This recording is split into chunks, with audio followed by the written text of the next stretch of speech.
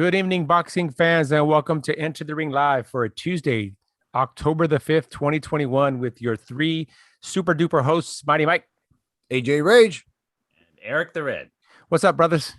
Nothing much, man. How you doing, my brother? Honestly, I'm tired, man, but I'm excited to talk about some boxing, but I'm just really tired today. I don't know. You know what? My allergies been kicking up. Yeah, How about you guys? Guess what, dude? Huh. No glitch this time, dude. No glitch.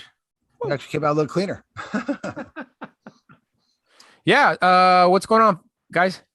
Man, same old, bro. Just trying to survive in this crazy world, man. What else can we do, man? Another day, another freedom lost. I find don't things even get me started, brother. I find things to occupy my time. I mean, other than my love for boxing, my love for music, and I look at my son, my daughter. My daughter's been so busy with college right now. I mean, the stuff that she's doing, they're doing these procedures and they're learning all this stuff. It's like real hands-on stuff. I'm like, wow, it's like, ugh. Yeah. I don't know if I can handle that. Well, for medical and stuff, like what are they doing? Like, right? Yeah. Are they doing like dissections and all kinds of stuff? They're doing actual procedures. Like they're doing one coming up this week where they're going to drain somebody's leg, and then they got Jesus. That's something cool. else they're going to do somebody else. Yeah. So I'm fine with all that stuff. I can handle blood, guts. All that I stuff. can't. The only thing I can't handle is saliva. Like people spit. I couldn't. Oh, you would have hated today. Then this morning I couldn't be a dentist.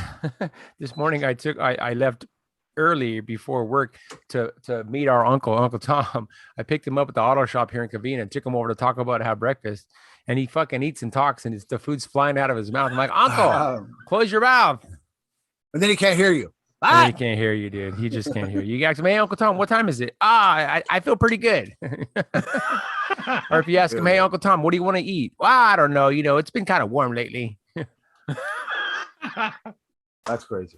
So this is a little piece of advice from somebody who never gives advice. Do not let your hearing go. And if you do, get some good hearing aids. Yeah. Well, especially with us being musicians. I mean, we've already suffered a certain amount of hearing damage. Everybody does. Yeah. Huh? Yeah. Yeah. Mm-hmm. So let's talk some boxing, man. Well, let's talk. Yeah, you're right. Well, obviously the big topic for the week, and everybody's, I think, well, let's just say I'm excited. I can't wait for Saturday. I cannot wait. And here's the thing. Obviously, we're talking about the big trilogy, the rematch, the third fight between the Gypsy King, Tyson Fury, and the Bronze Bomber, Deontay Wilder. But I'm not only excited about that main event. I firmly and fully believe that one of those undercard bouts could steal the show. Possibly a Frank Sanchez versus Efe Ajagba, Robert Helenius versus Adam Kovnowski. I mean, we've got some good fights on this card. Yeah. Anybody that disparages this card, you're a hater. I don't give a shit who you are, what platform you cover, where you come from. Don't hate on this card. It's actually a pretty good card. It's going to be on ESPN then? Or is it's on pay-per-view. I think it's on ESPN pay-per-view. Yeah. I'm going to tell you the fight that's on the card. Or Fox pay-per-view. Is a Fox payper-view. Either way, it's pay-per-view. Yeah. Either way. That they haven't been talking a whole lot about. And that's a guy who's been he's been highly hyped and stuff. I don't see where all the hype is, but that's heavyweight Jared Anderson at 9-0 going up against his biggest test in a 22-0 Vladimir Tatuskin, dude. It's going to be a test. This is Jared Big Baby. Yeah. The real Big Baby, he calls himself. Right? Yeah. Jared Anderson. To not be confused with Big Baby Miller. I can't even remember Jamal. I can't remember his first name. Jamal Miller. Jamal Miller. Yes, I don't even. That's how insignificant he's become after his 75th failed drug test. Is he still on suspension, or is he completely out of boxing? What's the situation? They got him wrapped up for the next couple of years. He's done. He better go fight UFC or King of the Cage, or I don't know. That just reminds me, we should do a show one day. We should talk about some of the fighters that had opportunities and just threw it away. Guys, when you go back, I think the biggest one that comes out to people's mind is the guy back in the day, the guy from Nigeria, the one who went to prison. Ike Ibeabuchi, man. What a fighter, man. I mean, a guy who just went in there and handled guys like David Tua, and everybody was just blazing away to the championship, and probably would have won it. But yeah. Is that the guy that was responsible for killing his girlfriend or something like that? No. What was it, Mike? Was it rape or something? He got accused of rape or something? Something like that. Yeah. Yeah. But Yeah, there have been a lot of fighters that have just, pissed away their careers, whether it be Tony the Tiger Lopez. How good could that guy? Tony Tiger Lopez. Hector Lopez. No, Tony the Tiger Lopez. What did he do? No. I'm sorry. Tony Ayala. Tony Ayala. Yeah. Tony Ayala. What did I say? Lopez? My bad. Tony Ayala. Yep. I got confused with Tony the Tiger. The real baby boy. Yeah, Tony Ayala, to me, he was a guy that was just burning up the middleweights. He didn't look like a middleweight. He wasn't built like a middleweight, but this guy was exactly what he said. He was a bull. I'll never forget his fight against undefeated Robbie Epps. Robbie Epps had made a comment about his dad. Him and Robbie Epps used to be stablemates. He not only destroyed Robbie Epps in the first round, they couldn't pull him off Robbie Epps. Yeah. I mean, then he gets accused of, I think it was rape, sexual assault or something. Goes to prison for a bunch of years, gets out and has a comeback fight. Yeah. And then dies shortly afterwards. Yeah. Very tragic. Very tragic. So you guys, I know we kind of touched on this undercard a little bit on Sunday show. Do you guys want to kind of break any of these fights down? Let's face it, we're not going to have a show prior to the fight. So let's go ahead and just do some predictions. Sure. I didn't get a chance to actually go over all of that. So, I'm just going to be flying blind, but I'm actually going to do a little bit of research while you guys are talking. That's fine. Let's talk about the rematch, AJ, between Robert Helenius and Adam Kovnatsky. Helenius, that fight was scheduled. The rematch was scheduled to take place last year, but somebody tested positive for COVID or got injured or something. I don't remember. I think it was Helenius. It probably was an injury because he's always injured. No, it was actually Kovnatsky got tested positive for COVID. Oh, okay. So yep, that's what I just read. What do you guys think is going to happen in this rematch? I mean, obviously Helenius, it was a shock. Well, not so shocking if you know Helenius' potential. He ended up stopping Kovnatsky, right? Am I right? It was a knockout. Correct. Yeah, it was dropped him multiple times and stopped him. Yeah, stopped him, and I believe it was the 5th round. Yeah, it was quick. Yeah, he stopped him in the 5th round. That was after they had thought Kovnatsky had hurt Helenius. Helenius caught Kovnatsky coming in. Something you're just seeing more and more of. Maybe it's this MMA mentality that's out there. These guys rushing in with their hands down, almost like I said. You saw it happen in Beck the Bully's fight against Rosado. You go even to greats like Manny Pacquiao, what happened to him against Marquez. But yeah, definitely. Helenius did what he had to do. He stops Kovnatsky in Kovnatsky's hometown. I mean, you saw everybody was stunned. His wife was in tears. Kovnatsky's a tough kid, but we said it a long time ago, especially after his fight against Chris Arreola. You saw it. Chris was barely starting to get back into boxing, and that style of Kovnatsky just doesn't last long. It doesn't last, man. Eventually, you're going to get the right shot's going to get through, and it's going to and it happened. And let's face it, Helenius is not a murderous puncher. Could you imagine somebody like a Deontay Wilder, a Luis Ortiz, heavier-handed fighters, F.A. Ajagba, landing cleanly and repeatedly on a Kovnatsky? I mean, it could be devastating.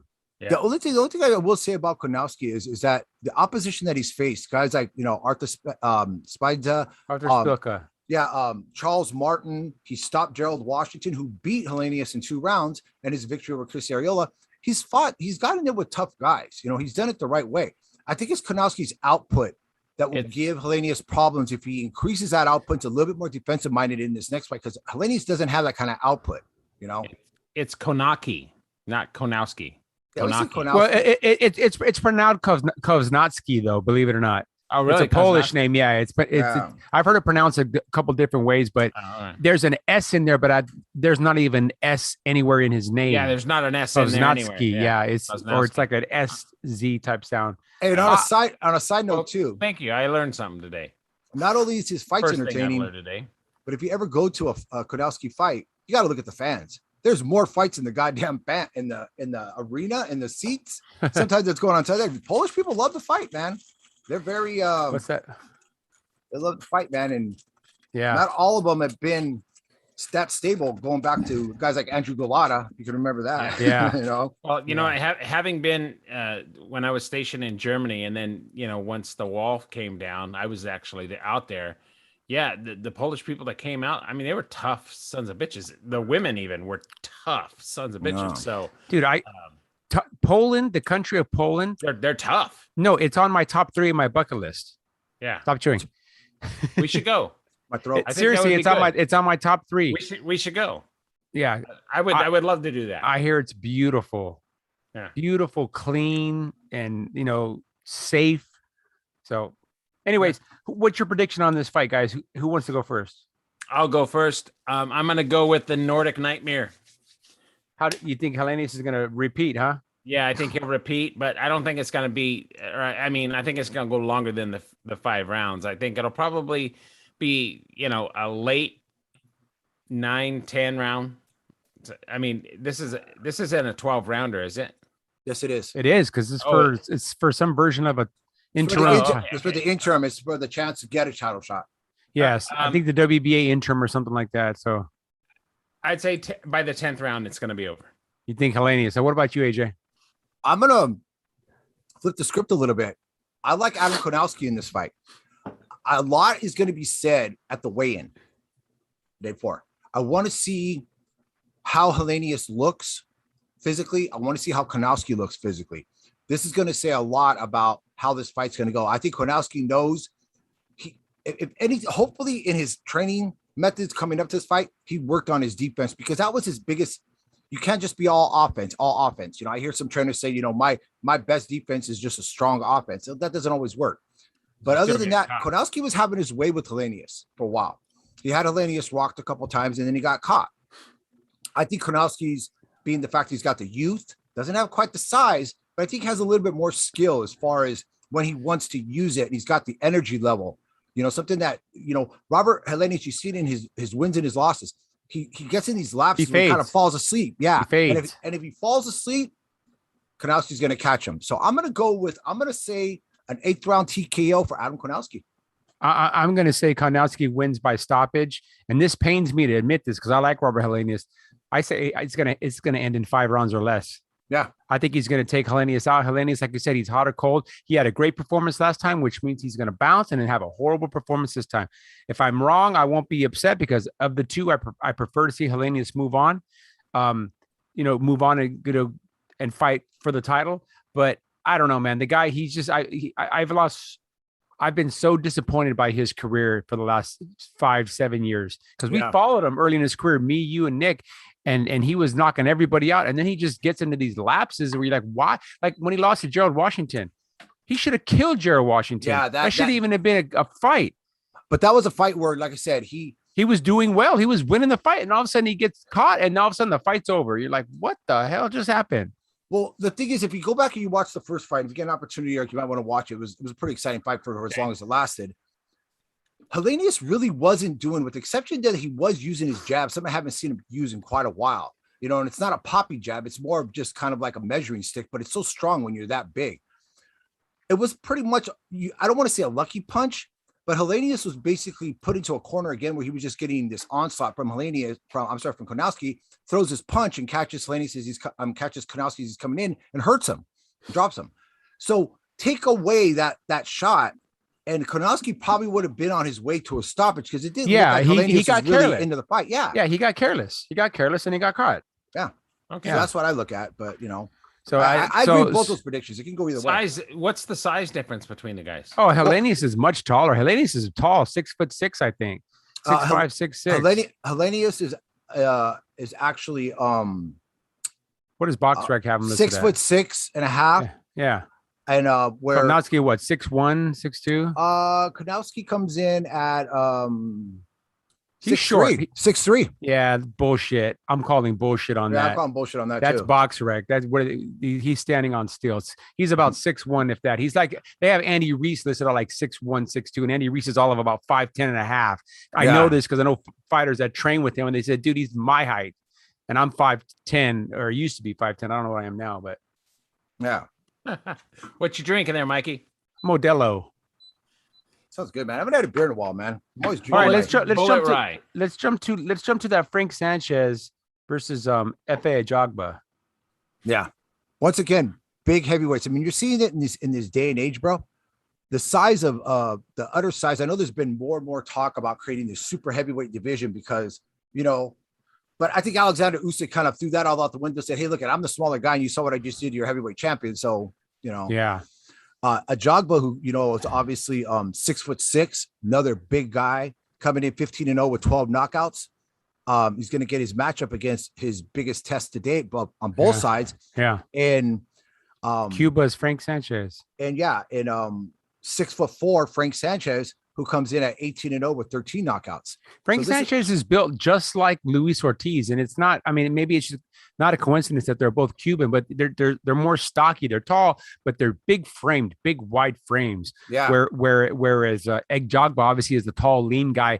He's almost a carbon copy. He could probably be Deontay Wilder's stunt double in a movie. But heavy. He holds his weight better though. Yeah, a little heavier. I mean, he's got thinner legs on the thin side like Deontay, not as thin.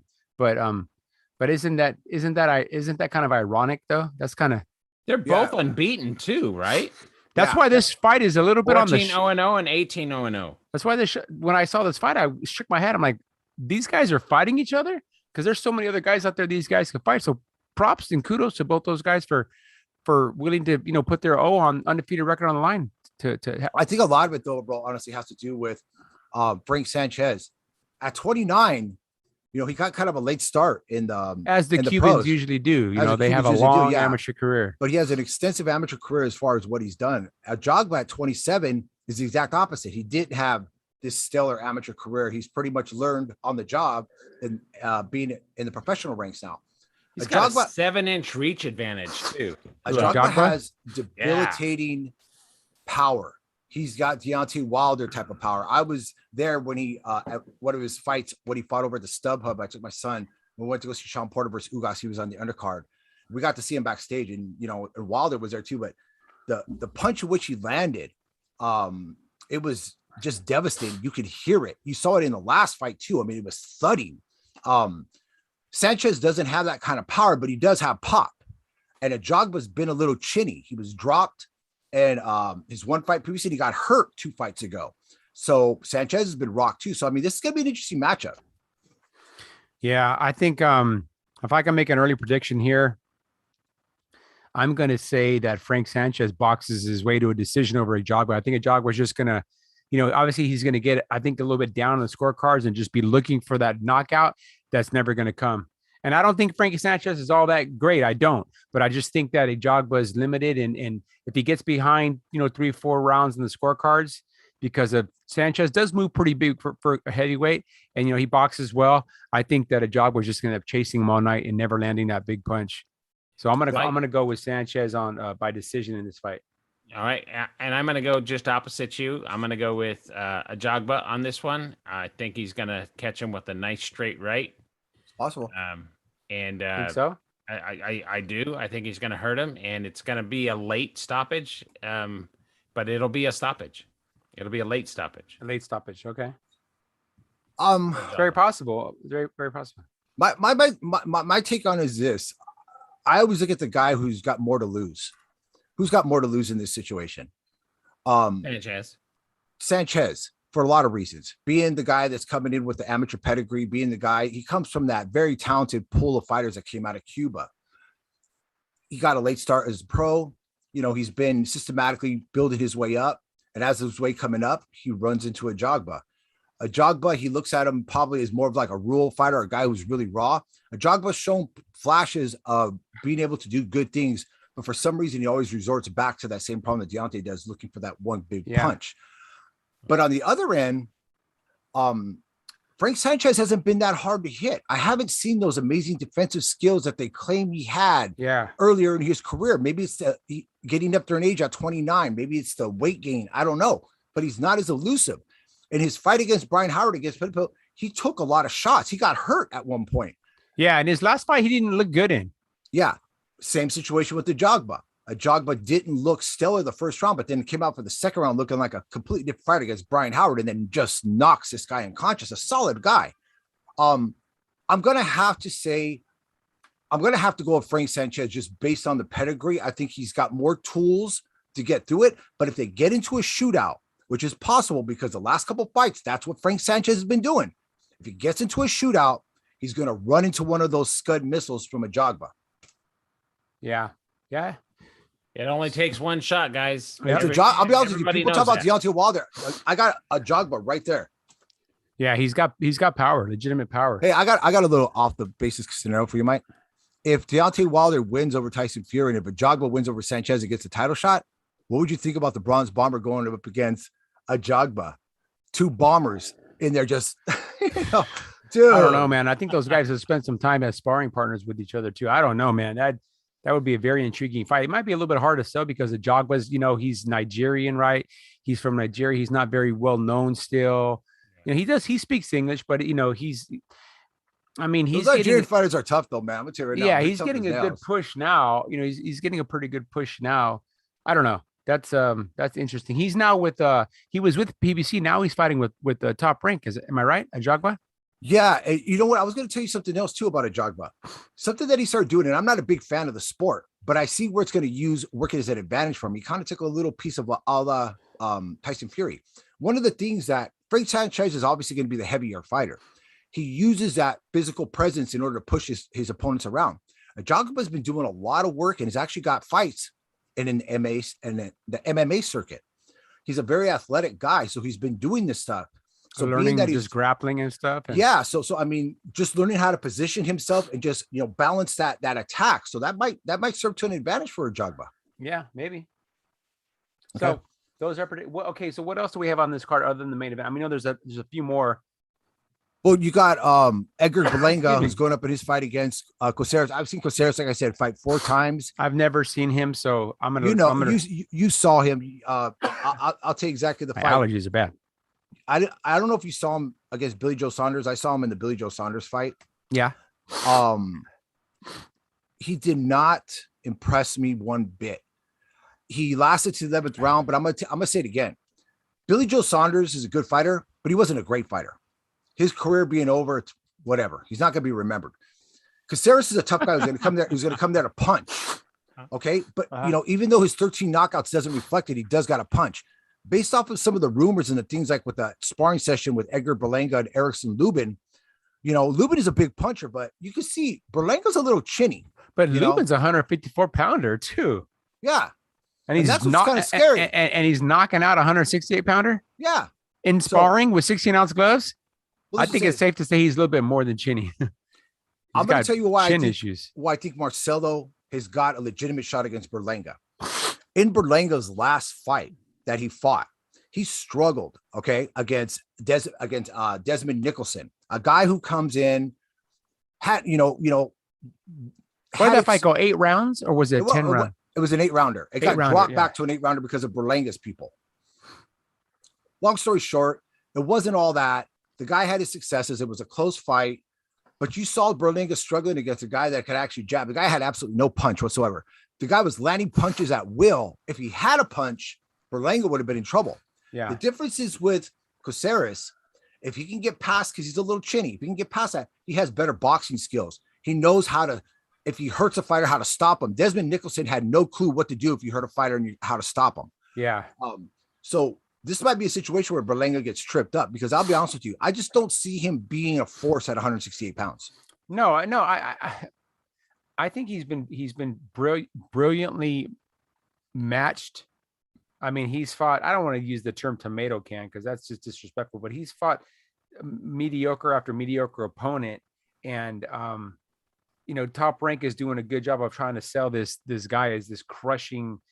And yeah, he's got a decent punch when you're fighting somebody who's not punching back. Yeah. Anybody looks like a beast if they're hitting the heavy bag. But what about when the heavy bag starts punching back? Things change. So yeah. So I mean, I look at it that way. I'll just do a prediction on this. I don't know if you guys want to predict on it, but Caceres is the name. Yeah. If Caceres goes in there and fights Berlanga, like Berlanga is the newbie, the guy who doesn't have the experience, he's wild and he's reckless, which Berlanga could be at times. Caceres might have success and catch Berlanga. If he catches Berlanga and hurts him, I think Berlanga is one of those guys at that mental state where he's just going to just dissolve and implode and it'll probably be over. Yeah. If Caceres shows his age, gets caught by Berlanga, expect a fast stoppage by the referee because it is a top, whatever. Yeah. That's the way it goes. Yeah. What do you guys, I mean, there's a few more fights on that card. I don't know if they're worth breaking down.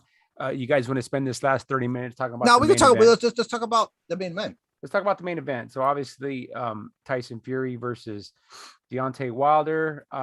Man, I went back, honestly, 2 days ago on Sunday, and I rewatched part 2. I watched the entire fight.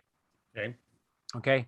And I gotta say this, right? Because I saw the fight live, right? And I saw highlights of the fight probably several times after that. But after watching it again live, I'm going to tell you guys something. Deontay Wilder put up a good fight. Yes, he got stopped. Yes, but he got hit with some big punches, some 1-2s, boom, boom, straight rights. That first one that dropped, that hit him like, right here, right around, not in the ear, but right around the top of the back of the head, yeah, range, yeah. But I think that there's a misconception out there that Tyson Fury just ran over Deontay Wilder, and he didn't run over him. Yeah, he won. The first couple of rounds were very competitive. You might have even been able to give Deontay 1 or 2 of those first rounds, but then I think when we got around 4, when he landed that punch and dropped Deontay, I think it was either 3 or 4. That's when things kind of turned, and I think it was because Deontay's mental state. He was shattered. He was like, "Oh man, I've never been dropped before." He's been hurt. Remember, he got hit by Luis Ortiz, and I mean, with the crushing, perfectly placed left hand, or was it a right hook? Either way, it was a right. Yeah, but to be Luis Ortiz, and he withstood it, and he withstood that punch. Either way, I'm going to stick with my prediction, saying that Tyson wins this fight, but I think Deontay didn't get enough credit for the work that he did in the second fight. I just don't. You just have to go back and watch the fight again, and you'll see what I'm talking about. He was jabbing actually more than I thought. He was actually jabbing to the body. He was jabbing, not enough, but he does, like you said, he does have a good jab. His left hook has power, but it's still technically just completely flawed.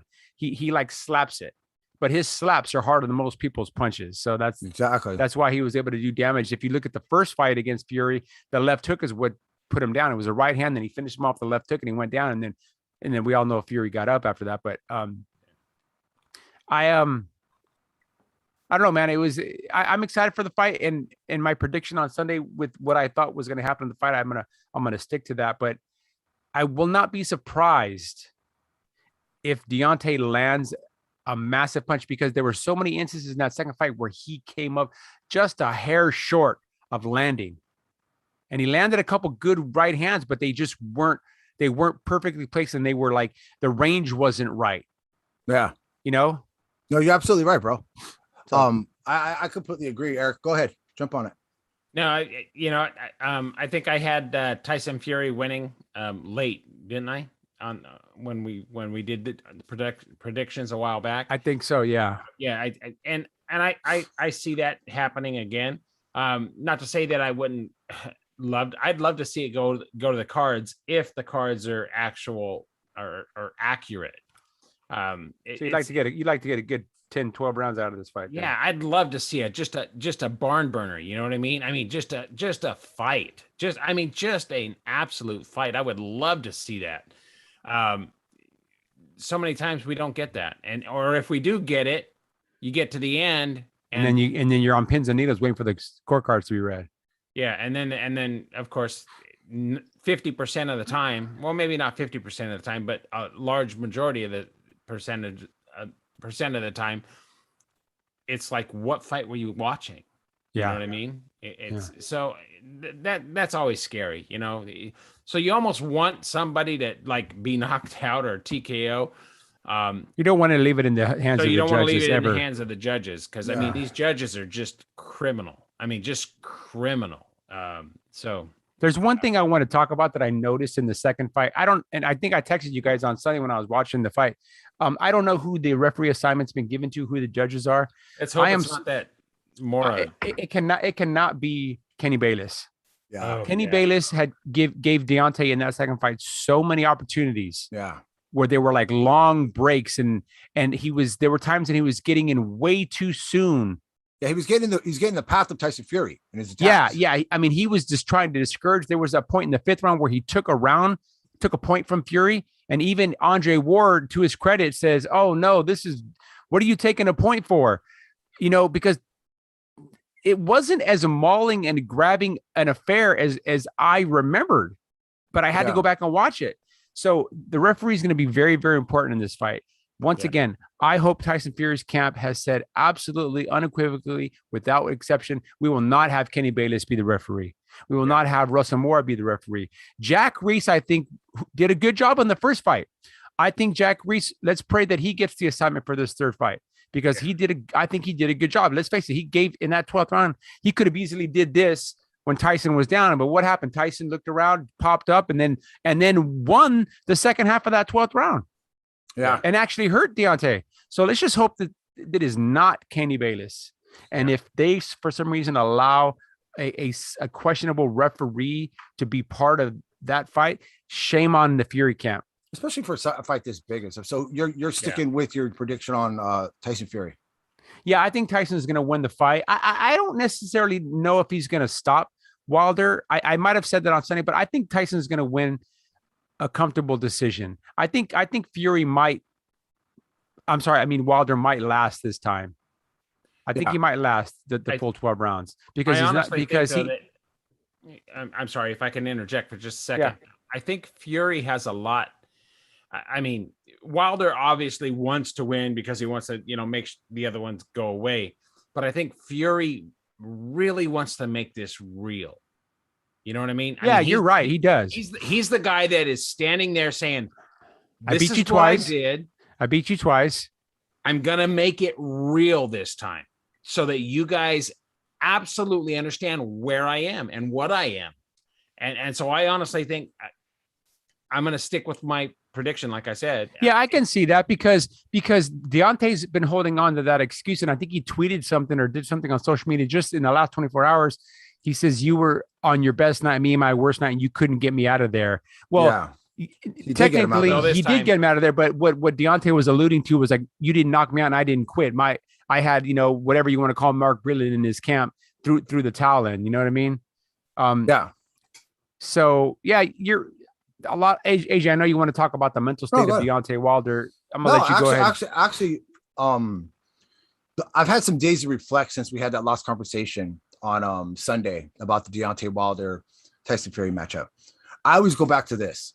Whenever a trilogy is involved in boxing, it breaks into three parts. The first one makes you love boxing. The second one makes you hate boxing. The third one makes you remember. So whoever wins this fight is the one that will be remembered. Deontay Wilder knows that. Tyson Fury knows that. But there's a key aspect that I noticed in Deontay Wilder's training camp that I didn't notice before. Sometimes you have to look at the surroundings, visually what they look at. I'm not just talking about the mirrors and looking at the reflection, the pictures in which they hold. Johnny Molina used to have that in his gym. Remember, Mike? He had big banners of him and like Ruslan and stuff like this. It reminds them of these wars and what they've gone through. So there was a particular picture that Deontay Wilder had on his thing, and that was this. Now, when I look at this, I think to myself, maybe he's got it because he's going after Tyson. No, the bigger picture about this, that's a different Deontay Wilder. If he understands the key to knocking out Tyson Fury is to establish that jab, make himself the taller guy, and get Tyson on the downhill, it's good night, Tyson Fury. He's not going to make that same mistake again. I'm going to flip my prediction a little bit. I think Deontay Wilder knows that regardless, whatever he's going through here, regardless the trainer change or whatever he's not learning, there's still one thing about Deontay Wilder. He's the bronze bomber. And this is a guy who stood and withstood some punishing punches from a much harder puncher, a guy I wouldn't want to be hit by, in Louis King Kong Ortiz. If he could find that guy again, it could be a good night for Deontay Wilder. For Fury, you mean? No, for Deontay Wilder to win. Oh, I thought you meant good night, like you're going to sleep. Okay. No. I mean, if he could find that Deontay that be there, the guy who understood, distance, the guy that, I'm not gonna say he was never great at cutting off the ring, but the one thing Deontay was always good about was measuring stick, whether he popped that jab or he just laid it out there. He laid that foundation for that right hand. He wasn't doing that in the second fight like he did in the first fight. In the first fight, he didn't even do it in the first half. He didn't do it to the second half. When he really part of that was the strategy that Tyson employed was just, and like I said, if you go back and watch the fight, he didn't do it the first couple of rounds. First couple of rounds were very close. They were a chess match. But then I think Tyson realized, okay, I'm just going to walk forward on this guy. And in the process, he avoided some pretty crushing blows just by a razor thin margin. Well, that's what I'm saying. You know, I think that's what that picture actually shows. Is it's literally inches. This fight is going to be fought in inches. Quite honestly, you're absolutely right. I mean, it literally, you're an inch too close, or you're an inch far away. You know what I mean? I put it this way, bro. It's be a good fight. It's be a good fight. Whoever hurts their opponent is going to go on to win this fight. There's not going to be any rebounding in this fight. There's not going to be any controversial draws. If Tyson Fury is successful and knocks Deontay Wilder down again, he's going to fall apart, and it's just a matter of time. I wouldn't be surprised if his trainer ends up stopping it just like Mark Breland did. But on the other hand, if Tyson Fury gets knocked down, Deontay's going to know, hey, I had him down twice in the first fight, you know, and I let him get off the hook. I can't do that again. He's going to go nuts, a la Bernie Stubburn. He's going to do whatever it takes. He'll hit the referee, he'll hit the fucking side poles, he'll hit whatever. He's going to put this man through the concrete. He's going to do whatever it takes. Because I tell you right now, out of the two, Tyson's shown he's got the ability to hurt Deontay and knock him down. Deontay Wilder has the ability to knock Tyson Fury out cold. It can happen, you know. So I'm and that's what I was alluding to. He took some big shots. He's not giving credit enough for having a good chin, Deontay. He's really not. I mean, he was beaten up in that fight. He was beaten up in that fight. He had blood coming out of his ear, blood coming out of his mouth, his nose. Whatever he was busted up through his equilibrium off. You could see it in his legs were gone. Yeah, and but he kept fighting. Even at the stoppage, he was fighting back. Yeah, it was only a matter of time because Tyson at that point was just getting ready to tee off on him. Yeah. You know, nothing. That 1-2 that landed that put him into the corner was a good shot. But it wasn't the most devastating shot. But it wasn't. It wouldn't have been much longer until those two landed. The flush right hand. But prior to that, and up until that moment, he had showed a good chin, even with the knockdown. So you guys know I'm not a huge fan of the Gypsy King anyway. Yeah. But I honestly still think that he's gonna end this fight. And because I think internally he's wants to just make it done. He wants to just end it. And no, I agree, and I'm with you. I still think Fury wins a fight. I think he's going to win probably a pretty dominant decision, and it wouldn't surprise me if he stopped Deontay Wilder late. I don't think it's not going to be a replica of the second fight because if you look at the history of boxing, they never are. Yeah, they just never are. Right, AJ? Do you agree? I agree, and I'll tell you right now, 2021 has been a weird year in boxing. Weird year. Been an exciting year, but it's been a weird year. But I'm going to say something right now. If you look at most of the big fights, they've all ended one punch that just comes out of nowhere. Go back to Oscar Valdez and Burchelt and several others. I'm telling you, I don't know why. I've got this feeling like it's going to be one of those situations like when Rosado was fighting against Becca Bully, where it's going to be the punch out of nowhere. And this time Tyson's not going to get up. And if he does get up, it's only a matter of time because confidence can be a killer. I understand a lot of that stuff is just posturing for the fight to try to, but they haven't done a lot of promotion. So I think a lot of it is legitimate. I honestly feel that Tyson Fury feels that there is no threat from Deontay other than that punch. And he feels that he's skilled enough to avoid it because Deontay is only one dimensional.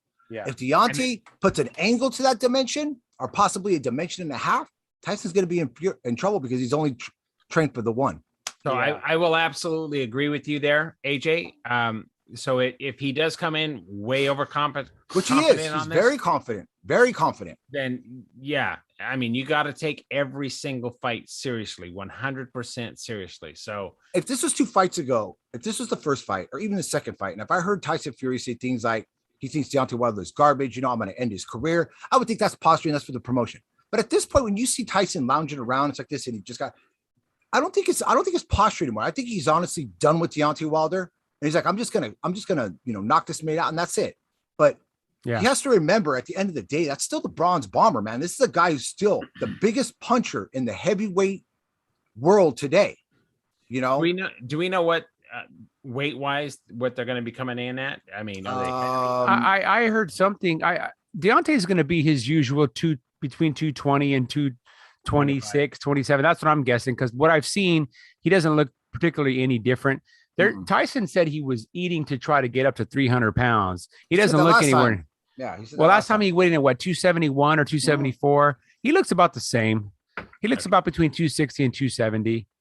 You know, he's not body beautiful. I mean, it is what it is. You know, but you don't have to be. I mean, remember Tim Witherspoon, what a great boxer he was, and he looked like a flavalanche, but he was a great boxer though. I will say one thing though, Deontay Wilder talked about something that I thought was honestly the best aspect of his strategy, because that's what kind of turned and I thought, well, maybe Deontay is doing his homework. He talked about hitting Tyson wherever he can hit him. Yeah, the arms, everything. I'm gonna tell you why. Tyson has a habit. He likes to do this with his hands. He goes like this. Deontay's gonna make him pay. Inner elbow. He's gonna smash his arms. He's gonna do it every time. So every time Tyson throws something, he's gonna hit him in his arms if he has to. If he can't get his chin, he's gonna get his arms. After about 2 or 3 rounds of takedown, you're gonna see Tyson doing this. He's gonna go after his shoulders. He understands that. And that is a key point. He understands the best way to break down a big man is to start from the bottom and go up. Yeah, you're right. Yeah. 100%. It's going to be exciting, man. I'm telling people, I don't know why. I hope everybody's tuning in because this is going to be, I'm going to be very excited to watch this fight. Mike, where you go watch it at? You watch it at home or what? Yeah, I'm not sure yet. I'm not sure what Saturday. I know I got some work on Saturday, but yeah, I just watch it here. Maybe I'll just fly down and we'll watch it all together. How about that? Shit, if you're going to fly down, we might as well go T-Mobile. Yeah, just fly to Vegas because tickets are expensive, but they are going to be empty seats in that arena. There's no way they're selling that out. You can make a call. I know you can. The hotels are going to snatch up a bunch of tickets and then they're going to comp them to their high rollers and shit. You know, I'll TGB. Pretend like I'm a high roller. Yeah, just kidding. So anyway, me and Neil, we talked today, and we won some money on the Usyk fight. We have a bankroll going now. We're gonna try to parlay in this fight. And I think what we're going to try to do is maybe we're just going to try to make a couple of bets where, long shot bets where Deontay, wins by knockout, which will probably pay pretty well, or just try to pick the round in which, maybe rounds, 9, 10, 11, 12 for Fury, cover all those rounds for him to stop him or win by decision, You can just bet for him to knock him out to win by knockout. Doesn't matter what round though, right? I'm pretty sure. Yeah, you can. But if you pick the round, or like if you want to cover rounds, let's say you go, I think it's going to be between rounds 6 and 12, then you could just bet per round. We're going to talk later in the week as we get closer because the odds are moving all over the place. You know what I mean? Yeah. And then late the money's going to come in and change and all that stuff. So a lot of people at the last minute were betting on Usyk last week. Was it last week, right? Oh yeah. Yeah. A lot of people, a lot of late money came in on Usyk because they said, man, this guy. That's usually a bad sign for the guy that's a favorite when a lot of money comes in. It usually means something's known and the tides get turned a little bit. I don't know how Vegas does it, but they do it. I always go back to that one football game. I don't bet college football, but I say I'm gonna bet this game. I go, this team's got 40 points that they're giving them. Fucking team wins by 41, dude. I was like, you gotta be kidding me, dude. Yeah. How does that happen, dude? How do you know that shit? Hey, real quick on a side note, I just saw Mikey Garcia. He signed that fight against that Salvador. Yeah, he's a coward. Are you kidding me? Mikey Garcia gets in fact, us even talking about it right now is giving him way too much credit. He hasn't done anything in boxing in the last 3 to 4 years. Not a thing in boxing except lose, except getting embarrassed. Still thinks he's pound for pound, one of the guys. Yeah. And I don't know who's feeding him this nonsense, but he is a complete. You talk about a guy who's wasting his career. I thought Terrence Crawford was bad. Mikey Garcia is worse. Yeah. But at least Mikey Garcia, I will say this, that he took the short money against Errol Spence. He still got paid. I think Johnny told me Mikey was guaranteed $10 million for that fight, if you can believe it. Holy shit. Guaranteed. Yeah. Why do you think he took the ass kicking for 12 rounds? And why he was doing this after every round? He's like, hey, that's another round I didn't get knocked out. Hey, I'm 3 minutes closer to my $10 million payday. Yeah, I really truly believe, and you nailed it out right on the nose, Mike. I honestly believe that Errol Spence could have ended that fight at any time. Mikey Garcia is a complete wasting his career, fighting strictly for the money. The reason why he's not fighting Prograis is because they didn't want to pay Prograis what he was worth. He's trying to say, well, the money wasn't right. They couldn't come up with blah, blah. It's like, no, because you wanted the lion's share. You wanted probably like an 80-20 split. You don't want to give up any money to Regis Prograis. Yeah. So that was your excuse. He's doing the same thing Terrence Crawford did. Yeah. They're going to price him. So I got a funny little quick side note. I remember we were at the Staples Center. It was for the Wilder fight. We ran into Terrence Bud Crawford. Remember when he was over there with Mikey Garcia. And I turned over and I looked at Johnny. And I'm like, dude, I go, Mikey doesn't look that tough, dude. He's got a really big head and he's kind of small. He reminds me of my buddy Gunzy that I grew up with. I go, dude, Johnny, how can you not kick that guy's ass, dude? I go, come Yeah. on, man. I go, dude, the guy's head's this big, dude. His body's this small. I mean, dude, you can't miss that head. Yeah. He's not even big, dude. I'm thinking to myself, I'm like, dude. Seriously, can anybody name a marketable win or a memorable win on his record in the last 5 years? Well, Jesse Vargas, he won that fight against Jesse Vargas. Who's Jesse Vargas? Yeah, Jesse Vargas fights what, once every 2 years? Robert Easter Jr. He did beat Sergey Lipinets, Adrian Broner. He's beating some guys, but at lower weights. Okay, so all right, I'm sorry, I'm going to go completely off. Can we talk about Renee for just a moment? You guys probably talked about him on Sunday, but I didn't get a chance to. So great job, Renee. First off, Moreno. Yeah. So I mean that was I the only way I could watch it was with Michael's live stream. That was actually really cool, but you missed that last little bit. So I know they were moving too fast in the ring. I missed it. But you know who else taped it? If you go to his Facebook page, his mom I think was taped it, and they were able to put the whole video on there too. His mom. Oh, good. I'll go check that out. I was behind the scenes though in the dressing room, and I tried to get it all. But for some reason on mine, it looked like it got grainy for a while. I don't know if my connection was bad or what. Was it grainy? No, it came out pretty clean. It was a little shaky. There was a couple little stutters in there, stuff like this, but you could hear the punch when he hits the kid. The kid was pretty. He was a solid guy. You heard the punch, and then him back off.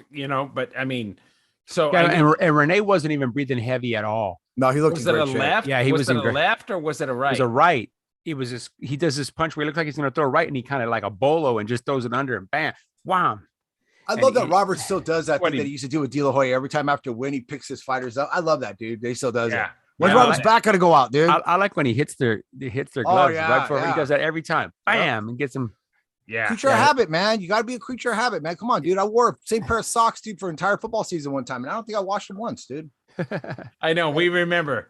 Hey, but hey, real quick, Mike, any updates real quick, since, we're going to keep to the people that we've been true to, because a lot of other formats are going to jump on it. Well, not just Munguia, but Tim Tszyu and his upcoming fight. Oh, yeah. Yeah, well, we talked about it on Sunday. I mean, the fight's happening in November, right? November, 17th or something like that? November 17th against Hanoi. Where is it? It's in Australia. Gold Coast, Australia. So we have the Jaime Munguia, which isn't bad for Hanoi. Japan's right there. It's a hop, skip, and jump. I know that, but what's going on in Australia right now? I mean, everything's kind of locked down. Explain it to them a little bit real quick, Mike, real briefly. It's a different sector. There's different parts of Australia. Like Perth is wide open. Sydney and Brisbane are under like the bad part was Victoria, the state of Victoria. Yeah. Which is Melbourne. So I think of it like this. Think of it like, okay, well, California's Victoria and like, Perth is Texas. Yeah. Complete same country, but completely different local jurisdictions and local government. Very cool. Thank you for that. That was good, bro. I'm excited for that fight though, man, because I'm telling you right now, man, it's not just a good test for Tim Tszyu, but it shows he's doing kind of the things that Munguia did. He's going after the guys. Let's be honest. I don't see anybody clamoring to fight against Inoue. And he's a guy who's a contender. He's been there. He's been waiting for his time. And Tim Tszyu scoops him up too. Yeah, he's a tough guy. That is a tough fight. I tell you, this is the fight that scares me more than any fight before. The Hogan fight didn't scare me. So because the Jeff Horn fight. It's just because I know how tough this guy is. I know how Jaime hit this guy. I was right there. I was 12 feet from the ring, and I saw Jaime hit this guy with everything, and the guy would not go. In the 10th round, he almost went. He got hit with a boom, boom, but body then shot. he just kept coming back. Yeah. I think the difference is going to be this. In the fight against Inoue, we knew Jaime was having weight issues. He was struggling to make that 154-pound thing. I'm not going to use that as an excuse, but Jaime got a little reckless at times, I think, because of the fatigue and stuff. The difference with Tim Tszyu is he may not have Jaime's punching power, but it's close. But he's got enough power to knock Inoue. It's his patience and his accuracy. Tim's going to throw the right punches at the right time. He's going to punish this guy. So when this guy comes in, tries to pressure him and do what he does against Munguia, Tszyu's going to have an answer for that. Yeah, he's going to know how to move correctly and come. He has little tricks that I've seen him do. Go back to his fight against right? Brewitt. What was it, Brewer or Brewitt? No, the one Tim Tszyu fought. Brewer. A couple fights back. Brubaker. Brubaker had this tactic where he was just nonstop, and he jumped on Tim Tszyu from first round, pushing him in because he was a physical guy, like Inoue, built really stern. At one point, Brubaker came in, and Tim Tszyu did like this little, almost like a little faint stuttered, this little shimmy, came back and caught him coming with his chin. He's going to do the same thing against Inoue. Inoue only knows one way. That's straight ahead. Tim Tszyu knows straight ahead, to the side, backwards, and around in a circle. So that's going to be the difference. Yeah. I'm excited for that fight. So AJ, so 154.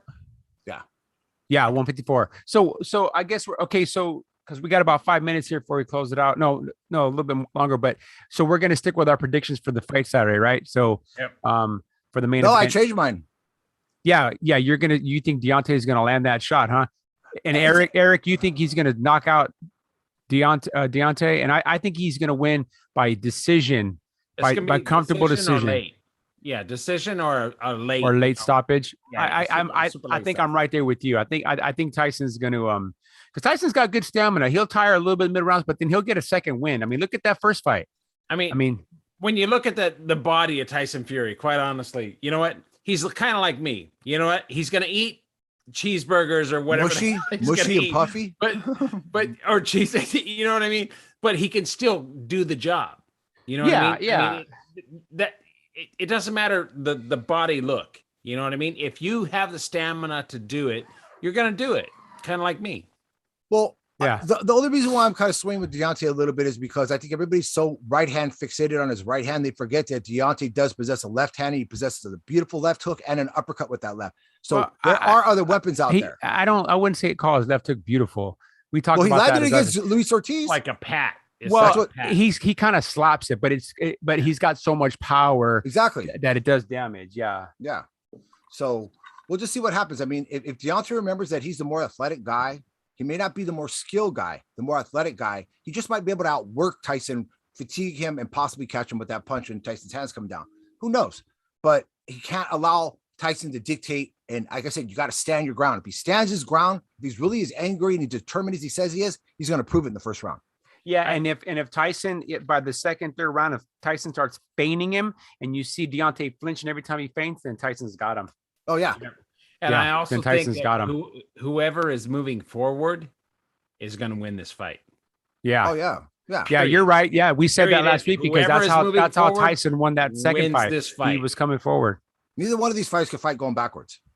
You saw that with Tyson Fury against Wallin. You saw it in Deontay Wilder, and he's lost against Tyson Fury. They can't go backwards. Yep. And stuff. So, any update, Mike? I know you were talking about that Jose Vargas fighting against Chon Zepeda on the 30th and stuff. So, with this victory, is Chon guaranteed a title shot? He's been guaranteed a title shot for his last 2-3 fights. I mean, I don't know much about this kid he's fighting other than he's a tough, undefeated Puerto Rican kid. He's not undefeated. He's got one loss. Oh, he does have a loss? Yeah, I saw him when he lost his fight. Oh, okay. So, I commend Chon because Chon wants to stay busy and fight. He doesn't want to just sit and wait, 8, 9, 10, 12 months to fight. That's actually good. Yeah, that's great. So this Josue Vargas is his name. Yeah, you're right. He's only got one loss. He's got 9 knockouts, which is not, he's a tall kid, 5'9". He's taller than Chon. Chon's not 5'9". He's a well-schooled fighter. He's a boxer. He's a guy that can give you fits and stuff. I saw his fight against Willie Shaw. Willie Shaw's another guy who's a tough, talented guy. Yeah, just a few fights ago, 1, 2, 3, or 4 fights by decision. So, and he fought Kendo Castaneda. They have a common opponent then, because Kendo Castaneda is the one that Chon also beat by decision, right? Yeah, the kid from Texas. Yeah. What would be nice is if Chon can actually absolutely dominate and actually basically stop this kid. Yeah, maybe it'll push him further. You know what I mean? Yeah, and I think that's his intention. Chon's gonna go after this kid. Yeah, he's gonna have to, because he had a little bit of a stinker against Hank Lundy last time. But it's expected. Look at the fight he had come off of. There was a lot of ridicule out there. A lot of people. I know you guys even felt the same way. I looked at that fight a little differently. I looked at the fight of Chon being smart. It's kind of like what you were talking about, Mike, about with George Kambosos not taking that risk for something that he's earned, that he's waited so long for. Let's wait a little longer. I think Chon knows he had the ability to beat him, but he knows Hank Lundy's still a cagey guy who possesses power. He's a slippery guy. He's a slippery Philadelphia fighter. Chon was doing just enough to get the victory, which you knew he was going to get, without putting himself, because those big bombs coming from Lundy, even at 39, had the ability to put you out. And there was no reason for Chone to risk injury or possible a shocking knockout. He got what he needed to do, got away with their healthy and stuff. And that's fine. Maybe didn't send as much fear through the division to maybe open some doors. That actually could help Chone because then he can pick up other fights where they're not thinking he's all that. You know what I mean? Can you really think of anybody that can go in there and destroy Lundy? Come on. I mean, you know, Johnny did what he did to him. Terrence Crawford had his struggles with him. There's a reason they call him Hammer and Hank Lundy. He's no joke. Hey, I know Johnny's not in the fight scene anymore, but Michael, have you heard from him? How's he doing? He actually texted me after Renee's fight on Friday night. Good. Yeah, he wanted to know how Renee did. He said, "How'd we do?" I said, "Yeah, he got the first round knockout, but we were going to call it Johnny, but he was putting his little girls to bed." But yeah, he's very, you know, he knows when the guys are fighting and stuff, you know. Yeah, I think after maybe next week or the following week, we should probably try and have him on again. That'd be really cool. Yeah, I'd like to get Johnny's take on. I know. Okay, I got a question before you close out, Mike. I know Robert Alcazar. You explained to us, you know, that he's a big fan of Deontay Wilder. You said like literally for a trainer of his magnitude to say that that's literally his favorite fighter says a lot. Yeah. So what is Robert's take on this fight? You know what? Robert feels that he's going to knock Deontay Wilder out again. That says a lot right there. Yeah, he does. Yeah. You know, did he give you any particular reason why he thinks? He just thinks that Deontay has no, but I'll talk to him before Saturday though. I'll talk to him and I'll just text you guys. Yeah. Yeah, I like to really know. I mean, because I mean, this is a guy who, not just being a trainer, he looks at boxing much differently than the casual fan or even some hardcore boxing fans. Yeah. So, you know, I look at it like this: Robert Alcazar. I mean, we live in normal day, everyday life in boxing. Robert Alcazar looks at it like through the Matrix. You know what I mean? He does now, and this is not to discredit us, because I think that you guys both have great insights on boxing. AJ, you've been watching boxing for 45 years, 50 years, but he does these things a little bit different, because we sat there because Renee's fight was first on the card. Yeah, it was first on the card. So after Renee's fight was done, we're back in the dressing room, and then the second fight, and they were spacing the fights out a little bit too, because two fights had got knocked off the card, so obviously they weren't trying to just blast through them real quick. We sat there, me, him, and Renee's dad, watching all the fights and just breaking down like every little thing. And there was maybe like 4 or 5 fights after that, all the way up to the main event. And Robert would see little things, you know. Yeah, oh yeah, look at Mike, look. Oh yeah, look at this guy. Yeah, he's he's good, but he's got no punch. He's weak. And then boom, then the guy gets hit, the guy goes down. You know, one of the unique qualities that I noticed about Robert Alcazar, and there was a reason why I mentioned he's very traditional, how he does the bump with his hand, and he picks up the fighter. Because I truly believe when Robert Alcazar, it could be a small fight in Tucson, Arizona, or a mega fight, you know, in Las Vegas, he doesn't look at the crowd.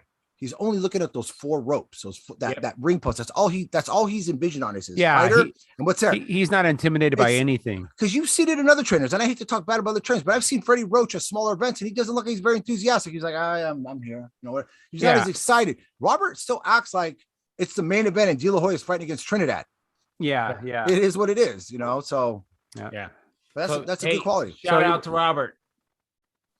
Yeah, that's it for tonight, man. Yeah, Roberts, and I don't know if you guys saw Renee's post on his Facebook that night, or it was the next day. He posted something: "If he believes, I believe, and I will make it to the top." And it was a picture of him and Robert.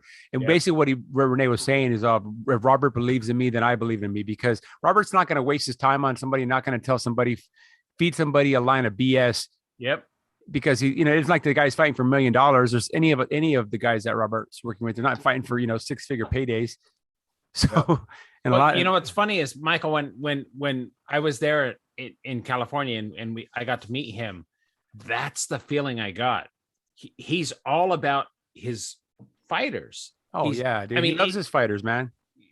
It's like they're his kids, and he won't take on too many fighters to strictly say, look, I got all these fighters, like a la, Freddie Roach, Robert Garcia, Manny Robles, any of these other trainers out there just take fighter after fighter after fighter. That's why, and they can't even devote any time to him. Yeah, we put that thing in there about the horse racing. Remember the guys like Dan Hendricks and the guys who were the smaller the trainers that really put the time in their horses. Their horses were successful compared to the guys who were really out there. But you're absolutely right about them having a kinship, like a family, like a father figure. Because I remember when I was over at Robert's house, I was there with Mike, and there's a picture of him and Oscar. And I remember his wife, and his house smelled amazing. I mean, his wife must be an amazing cook. Yeah. Sees the picture, and I said, that was a special moment. I bet you, huh? And then she said something like my mijo. Like they still have a lot of feelings. Oh yeah, Oscar, you know what I'm saying? Yeah. That's blood. You don't spend a better part of your life with somebody every day in the gym through the ups and downs, these you know, the letdowns and the major accomplishments, and not feel a sense of loss. But you know, and I think he fills that void with these devoted young men like Michael Norado, guys like Rene Moreno, the new guys who I'm very excited about, you know, Maximus Castro and the other ones. He's got a great stable. Now Maximus is somebody you're gonna have to watch. I think you gotta watch all of them. I think they're all dangerous and they're all threats. And I think the rest of the world is really stupid. They don't open up their eyes and stop looking at these guys like Rolly Romero and all these other guys who are just Rolly Romero would get beat down at our gym. He'd get beat down. Michael Norado would beat him down. People don't understand the level of fighters that come in there, that Munguia and Molina and Rene, you know, I saw a video of Rene Moreno, you know, pouncing on fucking Devin Haney. I mean, dude, these guys are legit. But Robert says, ego out the door. It's time to learn. This isn't social hour. You know, he's all business, and they take care of it, man. Yep. And they got a clean bathroom too. That's always a good sign. They got a clean bathroom at the gym. You know, you got good, clean guys. And water and Gatorade. Yeah, except for Johnny's misspelled bullshit on the thing. You know, you couldn't understand a word he's saying. Hey, so we should honestly try and get either Robert or Johnny or somebody, or even Renee. I'm sure, Michael, you could get Renee on here. That would be we had awesome. Renee on a few months back. Yeah, I'll get him. He's in Vegas now. He'll be back, I think, this week.